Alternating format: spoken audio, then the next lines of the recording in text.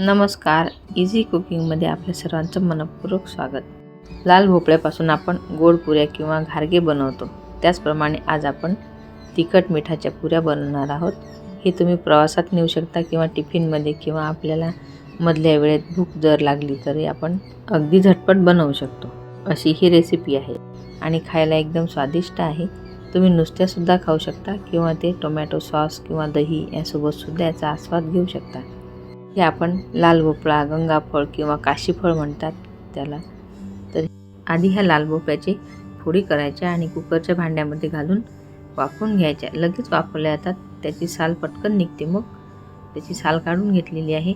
आता त्यामध्ये आपण चिली फ्लेक्स, तीळ, जिरे, ओवा आणि चवीनुसार मीठ घातलेलं आहे. भरपूर कोथिंबीर आणि 2 चमचे तेल घालायचं. आता हे मिश्रण आपण गव्हाचं पीठ घेतलेलं आहे त्यामध्ये हे घालायचं.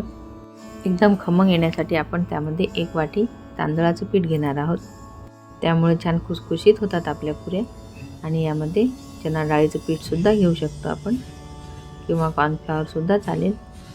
आता हे सर्व मिश्रण आपण यामध्ये एकत्र करायचं. थोडं तेलसुद्धा टाकलेलं होतं आपण यामध्ये.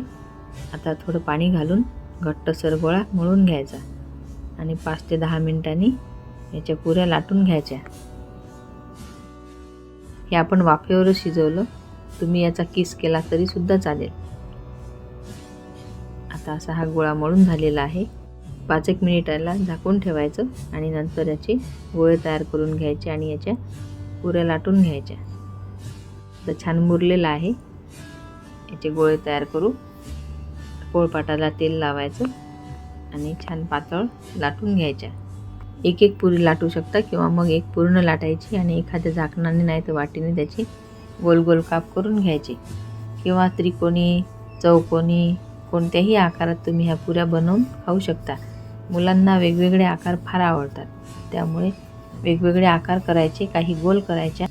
आता इथे तेलसुद्धा तापलेलं आहे. लाटून झालेल्या पुऱ्या यामध्ये तळून घ्यायच्या. यामध्ये बेसन पीठ, तांदळाचं पीठ घालून याचे आपण धिरडेसुद्धा बनवू शकतो. यामध्ये आता चिली फ्लेक्स वापरलेली आहे. तुम्ही हिरवी मिरचीसुद्धा वापरू शकता. आलं, लसूण, हिरवी मिरचीची पेस्टसुद्धा वापरली तरी छान लागते याची चव. याप्रमाणेच गोड पुऱ्यासुद्धा बनवता येतात.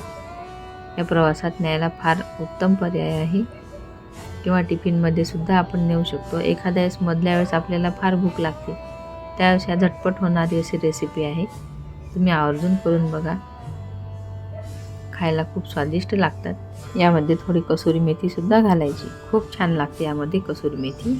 ज्यांना तळलेलं नको आहे त्यांनी पराठे बनवून खायचे.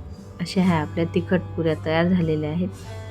तुम्हाला जर माझी आजची रेसिपी आवडली असेल तर माझ्या रेसिपीला लाईक, शेअर आणि कमेंट्स जरूर करा. रेसिपी बघितल्याबद्दल धन्यवाद. पुन्हा भेटू अशा छानशा रेसिपीसोबत. तोपर्यंत नमस्कार.